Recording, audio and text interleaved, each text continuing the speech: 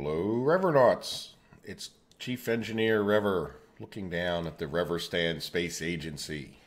And today we have one of our hardest missions to perform. And I want to get right into it without further ado. Let's go over to our mission control. And what I would like to do is our Kerbin powered landing. So I had come in here and I looked around and saw, this is just standing out and I've been avoiding it. And there's a few reasons that I've been avoiding it. This I find to be probably the hardest mission personally for us to do. A lot of the other ones have many technical challenges and shouldn't be underestimated. But for most part, they're a test of your ability to put everything on the spacecraft that you need, which is, is tough. These ones we've been doing have been pretty easy. This one's not going to be so. So let's head back out here. And I actually did build this craft because I've been trying to practice. I actually recorded the episode, if I'm honest. And I'm going to do this episode a little bit different. So let's just come in here. And I'm going to load this auto-saved ship, right? It saves, even though I went back to the beginning of the episode. And what I want to do is I'm actually going to launch this as our lander. And I know it's not much of a lander.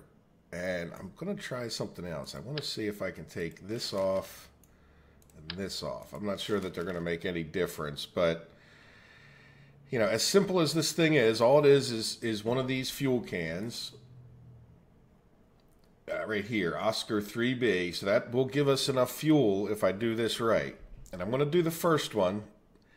And then after that, when it fails, I'm going to revert the flight. And I'm going to just keep recording. And I'll finally get it one of these times. But you'll see. It's probably already been, this will be like my 12th attempt. And I thought, well, you know what? At some point, I just have to try to make an episode. So we'll see. I hope you can appreciate the difficulty of this. What we're about to do. So we have an inline reaction wheel to give us a little more control, which I'm not 100% sure that we need, but it's certainly not hurting us, right? Then we have the SETI probe stack, the Oscar B, and then we just have 3 landing struts, which should be enough, I think. And then we have this Baby Valiant, because that gives us enough thrust to lift that fuel tank and everything else. Now, I also took the Baby Valiant. Let me show you here on the list. It's this one. So you kind of have 3 of these small regular engines. You have these other ones with shrouds on them. But it's the biggest one of those. So this has less thrust, and this is just a tiny bit of thrust. This one is also the one that has the most thrust, ASL, which means at sea level. So now what I did do is I also turned the thrust down because we really didn't need that much thrust, right? So this will prevent us from overshooting, like I can go full throttle without wasting too much. All right, so here we go. So without further ado, I'm actually going to save this as the Kerbal lander, right? There we go. Oop, what happened? No, what did I do? Did I hit? Oh, open, save. Okay, there we go. All right, let's launch this. Now, the thing I want to test is without those 2 flight computers, yeah, this should go fine. They might have even been messing me up. Maybe that was the reason I took 27 attempts. So what we need to do is we need to fly from here over to that black dot, which may be hard to see right now on some screens, but it's right where my cursor is, if you can see that. Using the flight computer, because this thing is actually in some ways far more controllable. But also I thought about this, really that's what you would do probably if you did it. So what we could do, plus this, I've never seen anyone else do this, is we can come over here to this custom button. Now let's open it up and you see it's going to hold this heading and whatnot, right? Well, what I found out is that we should change this to about 11. Now you'll see in a minute when we actually go to launch that it will turn the aircraft a certain way and then we pitch it, right? And we're going to want to pitch it to 80. So before I do that though, I need to come and click off of here. So what I'm going to do is take our throttle up to about here should be good, right? And then once I get in the air, so now now that I have this, I'm going to hit custom, right?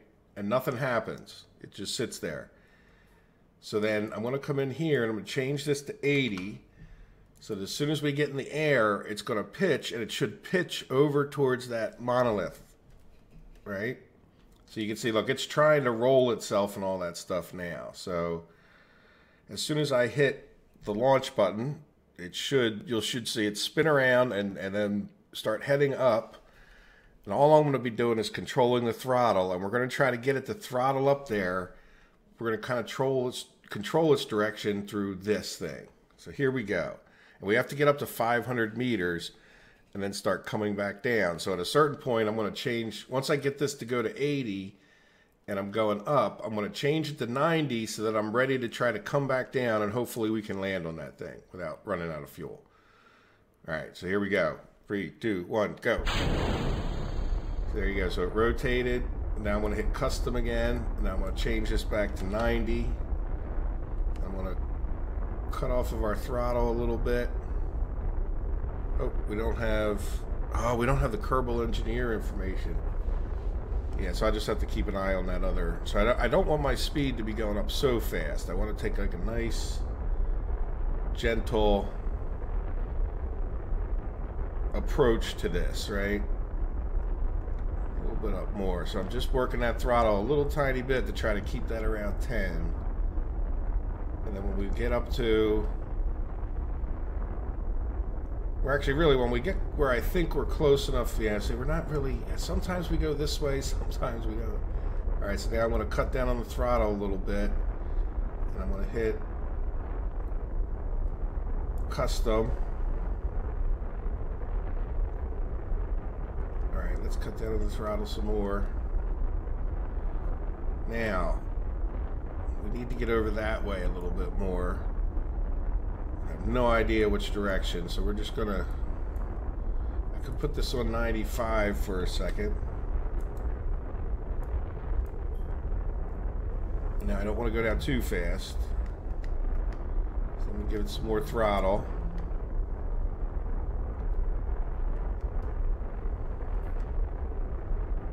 We don't want to go back up either. Yeah, see, this is where I run out of fuels. I think I would have been fine if I had just come back down. Oh, come on, go down for the love of Pete. You're just burning fuel. We're still 500 feet in the air. See, we're going to fail. But you get the idea, and then I have to bring it down on that. So I probably need to get better at, you know, pitching it.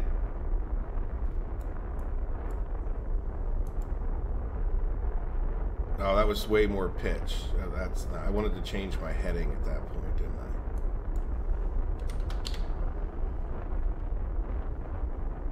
I? See, it landed in the water there, and we overshot it, but I think you guys get the idea, right? So what I think I have to do is think more about what heading I need to go to if I need to adjust left and right. So what I'm going to sit here doing, and I'm going to keep recording it, is just come in here and revert the flight again back to the launch.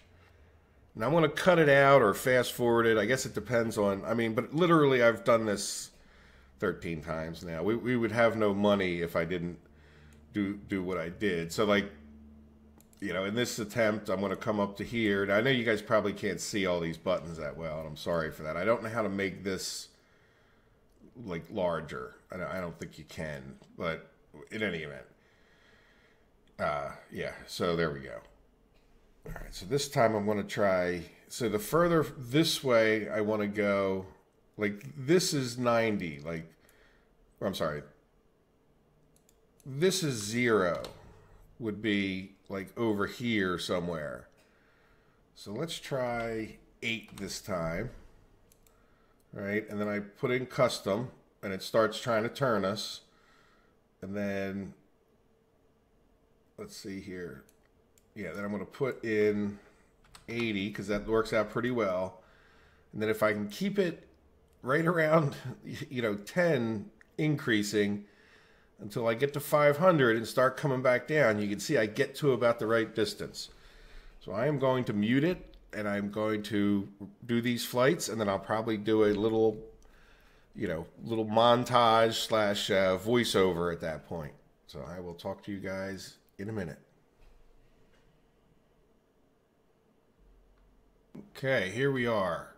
And there's our first attempt, and not such a good one. We didn't crash and burn in a big fireball, but that's something to be said for it, right? As you'll see in the very near future. And then here's another one. There's your big fireball if you needed some explosives. This is around the 4th of July in America when I'm recording this. So then this one, yep, well, we brought her down, and this one I thought was pretty good. I don't know what 40 meters in the game, but that's more than 40 meters right there. Another one, thought I was doing quite well. We have a lot of fuel. I was hoping to land it and then maybe hop again because I realized I was still too far off. I've been changing this heading number. Now I'm like the 359 on the heading, so I'm getting it a little bit closer at a big fireball. And then the next attempt here, I think I bring it down to like 355. So we'll see here in a second. Yeah, I don't know what I'm doing there. Yeah, I'm just debating life, I guess. There we go. 355 brings me to the other side, just on the other side of it, right? And then I just go sailing right on by. Now, I really thought I had it here. You'll see. I even go and check. Yeah, look, making sure. No, really? Are you kidding me? Like as if the thing wouldn't sit up there and flash, tell me I was done. And then here's another big fireball. Bam. And back to the launch again. Okay, now this one is going to be the successful one. So I'll go through in a little bit of detail what I did, going over, and I'm going to set this to a heading of 356, which should put me pretty close to that, right? And then I load up the first program so that when I take off, it turns to the 90 with the 90 pitch, right? So I hit the execute button. Then I just go right back in and hit the 80. Now, one of the problems is if you don't click off of that screen, then you can't control the thing. So every time you see me go to that screen, I can't change the throttle or anything else. Really, the throttle is the only thing I'm working. There we go. So you can see I go up, it's at 80. I hit execute, so we start pitching over that way. And we are burning along nicely. We have to get up to 500 meters for this to be completed. So up and away. Yeah, and at this point, everything's going pretty well. Now, you can see I have my pitch set to go to 93, which will tilt me back the other way and slow me down from going too far, right? Because sometimes I just sort of sailed right on past it. So, if you're a more coordinated kind of person for these things, you do better than I did. But there you go. So now you'll see we're over 500. So I change the pitch, and I also lower the throttle so that we start coming down towards it. And at some point here, you're going to see that I'm thinking that I'm slowing down too much. See, there you go. I'm still too far away. So I bring the pitch back to 90, because we have a little bit of, surface velocity. We're still heading that way a bit, right? Just not a ton. So there we go. So we're coming down nicely. We still have plenty of fuel at this point if we would just get down there. But then I decide to do some leveling out of the flight to try to get a little bit closer to the thing.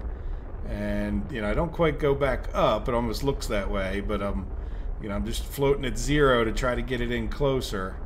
And I'm still at 230 meters, so we're actually still a fair distance in the air and have to get down. So then we go down to about a 10 decline. We're still at the 90 heading and whatnot, and then I'm starting to worry about it's going to get a little bit too fast into the ground, right? This thing can't handle much more than 10. Remember, we weren't allowed to have any kind of parachute, so now I'm back to hovering for a minute, but I'm almost out of fuel if you look. And then here we go, the moment of touchdown. And we made it. Take a note of how much fuel we have left. There's 6 meters per second. And the other thing I wanted to say is I'm about to say that it took 30 minutes. This was really more like an hour of me doing that.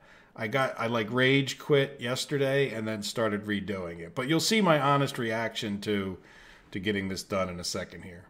I hope you enjoyed that. It's going to be one of the harder things I have to do, I know, in this whole playthrough. All right, I'll bring you back to your regular broadcast in live time. How's that sound?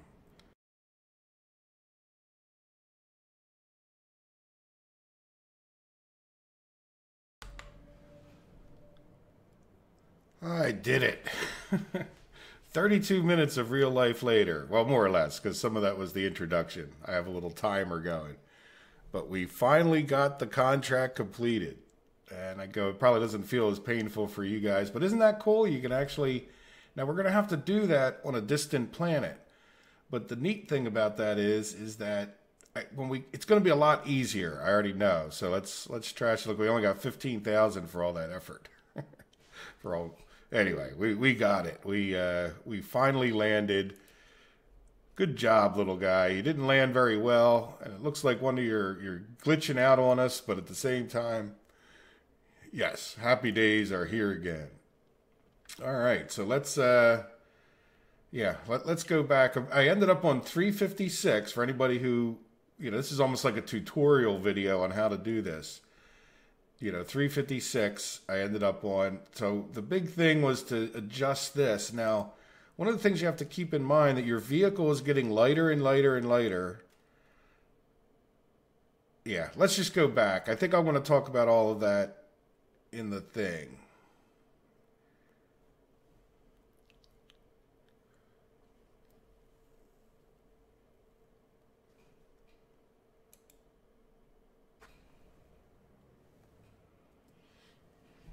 Okay, so here we are back in the Reverstan space agency, finally. Okay, and then now, as far as we got all our parts, we got funds, got a little tiny bit more science. Thought what we should do, maybe before we go any further, is let's just review where we were with the last episode, right? So, we had launched a satellite, was the last thing we did, mid-orbit 2, and we came up a little bit short on our Laplace. Chunk had made a comment saying, well, it's probably because we had the stage during the middle of it. The delta V should still be the delta V, but that does make sense, right? And it doesn't really make that much difference. There's a chance we would do... I mean, it's nice to be able to hit it the first shot perfectly, but I often find that you need to do a couple burns to get close enough, when you need this specific of an exact orbit. So in any event, we will wait until we get around here to do a node to burn out to our periapsis, and then we'll have to probably do a correction on the, on this here, the inclination difference. So there we go. Now the other thing we have is Puncher 5. Let's zoom in on Puncher 5. How are the guys doing in Puncher 5? Let's fly with them for a minute.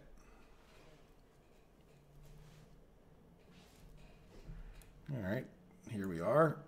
And let's move that out of the way so we can see they're not so happy, which is not unexpected. At some point, even a Kerbal needs to, relax a little bit. So they look very serious about just floating in space.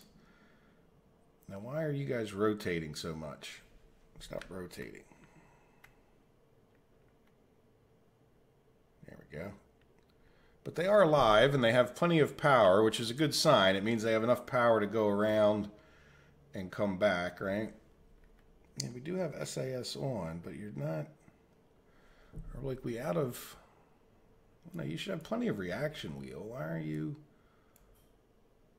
spinning so much?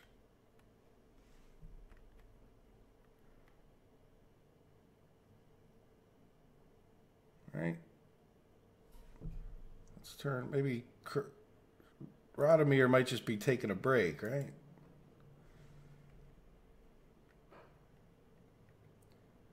Yeah, normally if you can suspend their motion enough, they... Yeah, see how the SAS flashed there? Like, he should be able to hold it himself. I don't know why he can't. There you go. There you go. Hold it yourself, Radomir. In any event, they seem fine. Now look, though, we turned our solar panel in such a way that it's behind the vehicle after all of that. So let's spin it so it's out front. Yeah, we don't want it. And I don't know exactly how the physics works, or the, you know, when you're, it's different when you're not in the craft. I know that much. Like, in other words, there you go. Like, I don't know that it really matters what position you're in when you're not in there. Like, in other words, once we go back to the Space Center here in a second. So let's go back to the Space Center here in a second. There we go. So now we should discuss what we're going to do next. So those guys are up there. We didn't really check the time, but we can check on our Kerbal alarm clock. Yeah, they still have 8 days left. Just under 8 days. They just passed the, what, 3-day mark, right? Because they're up there for 12 days. Now the other thing we can do is this mid-orb Sat-2 maneuver. But let's go into our mission control. And this is our tourist. This is the one we just looked at, these two. You know, we can decide whether we want to try to launch another satellite. I think let's just see what there is, or whatever we're going to do. Let's go to all. Now that we got that done, Minmus and Kerbal. We want a probe to transmit or recover scientific data from space low above Minmus. That sounds pretty interesting.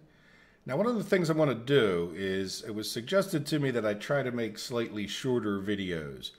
So I think I will do that. And since we, you know, why don't we get started on designing this, and then I'll probably do like a part 1 and part 2 kind of thing, where I just cut it off at some point that makes sense, and maybe we'll just see if we can get it designed. One of the reasons I say that too is with all the fast forwarding, I'm not 100% sure how much time is left in the video, though I know we still have some time. So I'm going to try to keep the episodes between a half hour and 45 minutes. And we'll go from there. So yeah, just for the sake of doing them, and then we'll get into some man stuff. Look at that. But I'm curious about getting the network relay out this far. Can we get a, you know, can we get a satellite just, you know, to go to Minmus? You know, do we have enough science and all of that kind of stuff? Speaking of that, let's see. There was one when I was in here looking earlier. This is the one we already have. And then there's another one. Position a satellite in a really big equatorial orbit. This is 47 million meters, and this is 29 million meters.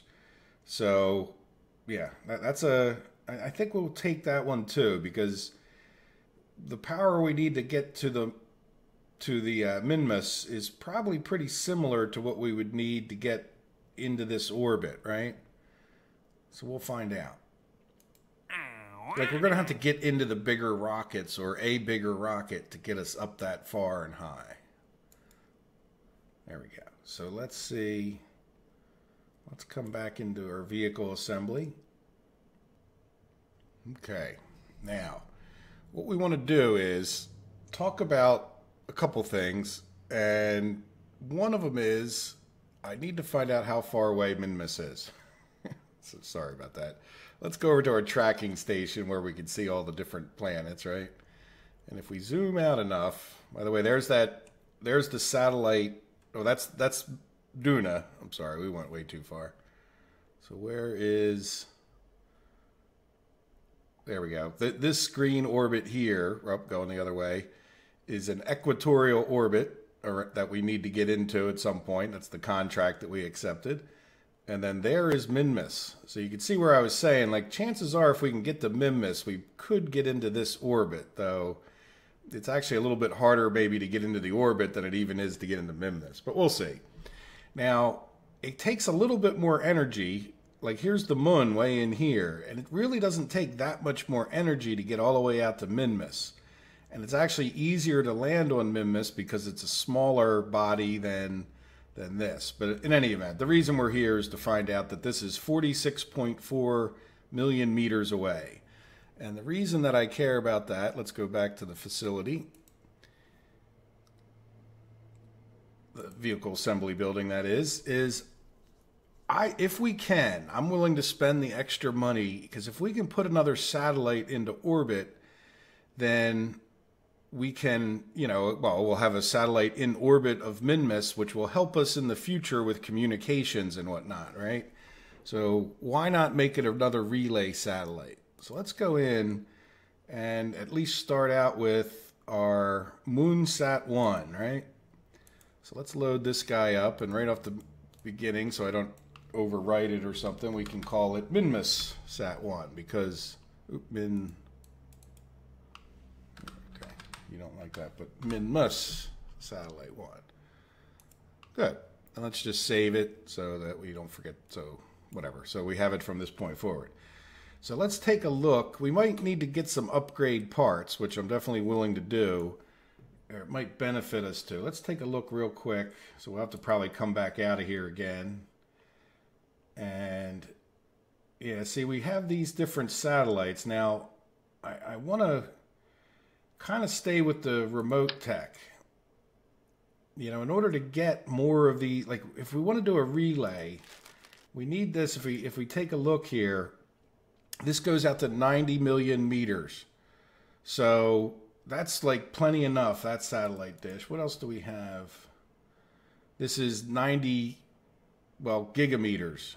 So that's, what, a billion? Yeah, a billion meters. That's certainly overkill, but then look at the size of it. I'd rather, let's just stay reasonable, especially because we're talking about, now this is 200 million meters. Yeah, and this is pretty, now that one's made by Squad. So I'd like to try to stick with the Reflectron just because I know they won't conflict with our mod, but let's do one more thing and just see if we go and get the science for, I think it's electronics or something like that. Yes. Yeah, so this is photocells. This is the Comtrek. And this is gigameters. Yeah, we don't really need that. Now, what is this? This is better photocells. Now, what is this guy? This is 700. And the thing that's nice about this one is that it would unfold, right? What does this one do? This is 50 million meters. Which definitely gets us out to MinMIS, right? As long as we don't overshoot it or something silly. And how much does this cost? Only 600, where like this one's, the price difference. I don't know if I wouldn't just put the better one on there, but, and this is not a relay satellite, I don't think. This is a communication satellite, which is fine because it means we can communicate back the whole time, no problem. Yeah, that's 90 of our research. But we do also get the radar module that may help us in the near future. Okay, this is like a moon-based thing. Yeah, we get another rechargeable battery pack with a lot of electrical charge. Yeah, I hate to get this because it's sort of, superfluous, extra. Yeah, I think we're just going to see about, yeah, unless I really don't like what's happening in here, let's go see if we can't just get by with what we have. Because this is not about making the perfect satellite, right? This is just about doing a flyby of MinMIS. So let's take this guy off, right? And let's assume that we will, well, this little, yeah, do we even want this guy? Let's take him off for now, because we're gonna, let's go back here. Yeah, 90 million is a pretty good, and it's made by RemoteTech, so I'm assuming it will fit real well. Now, the other question is, if we really wanted to make this, yeah, see that looks kind of goofy, doesn't it? Now, how much weight is that? Is that we don't want to affect our delta V too much, right? How much does one of those? One of those brings it down about 90, 89. Yeah, I don't like the way that looks. I don't like things to be too conflicting looking, right? So maybe what we can do is actually,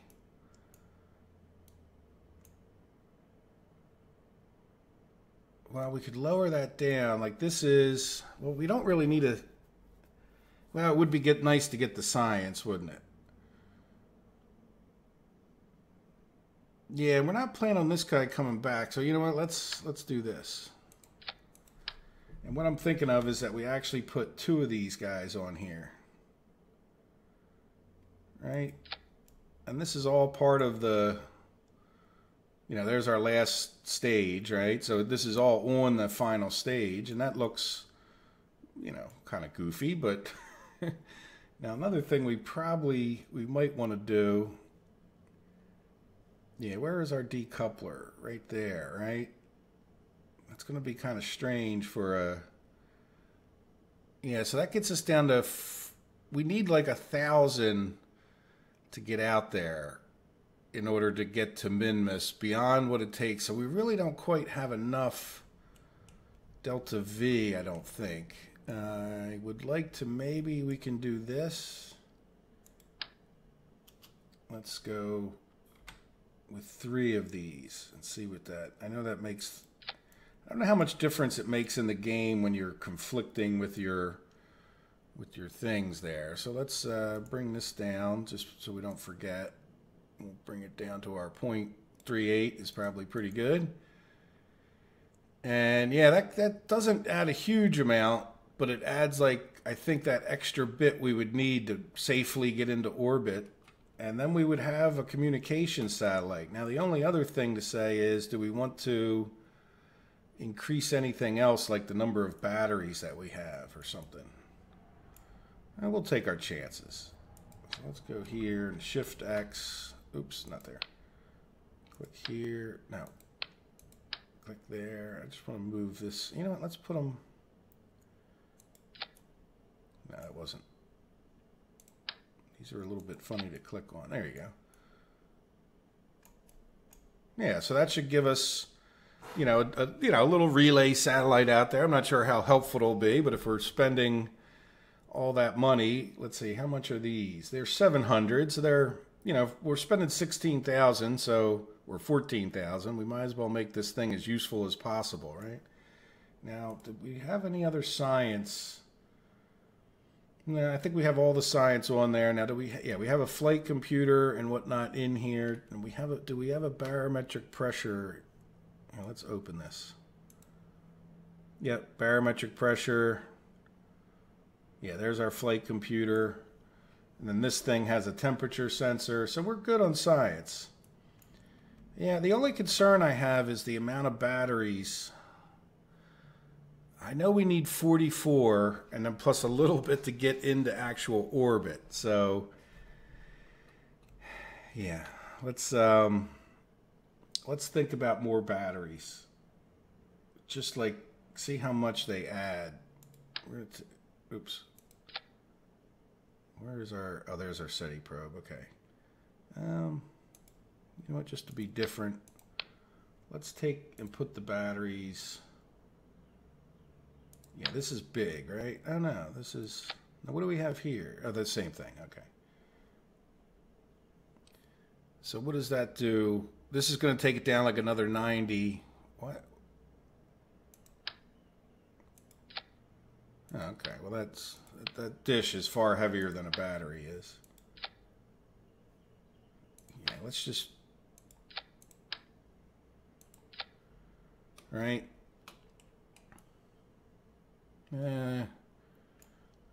It's cutting a little bit closer than I'd like. Let's take off one of these. I know I'm being too particular because it's not that much science behind what I'm doing. But I had 4,500 in my head for the total delta V here. All right, now let's see. I don't think a fairing adds too much. And can we put it... Because this thing's not very aerodynamic, and I don't think it'll hurt us to get that extra aerodynamics. You know what?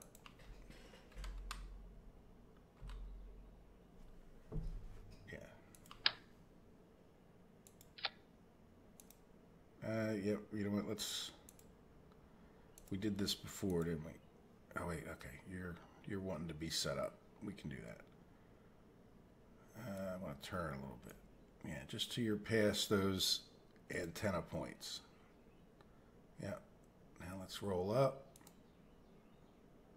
And then bring you in until like here. Like here, maybe? Let's scroll up a little bit.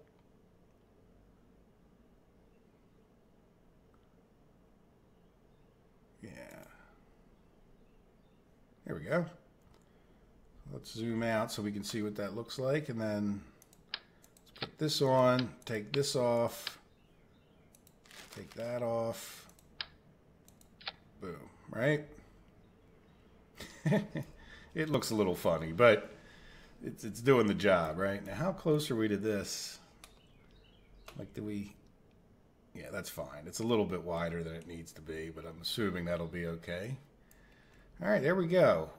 Yeah, that took us down to 479, but I'm okay with that. I think we benefit more from the aerodynamics than anything else. So there we go. I think we have MinMISat 1. So let's save this. And then I think this is going to be the end of the episode. And we will come back in the next episode and actually launch this thing. But I want to leave you with one thought before we launch. Yeah, let's take it right on out to the launch pad and we'll come back out here again. Now, if you remember when we did our orbital burns, let's go, whoa, that thing was wobbly. We're going to have to get to the point here where we want to put some of those stands on around the bottom, hold this thing up in the air.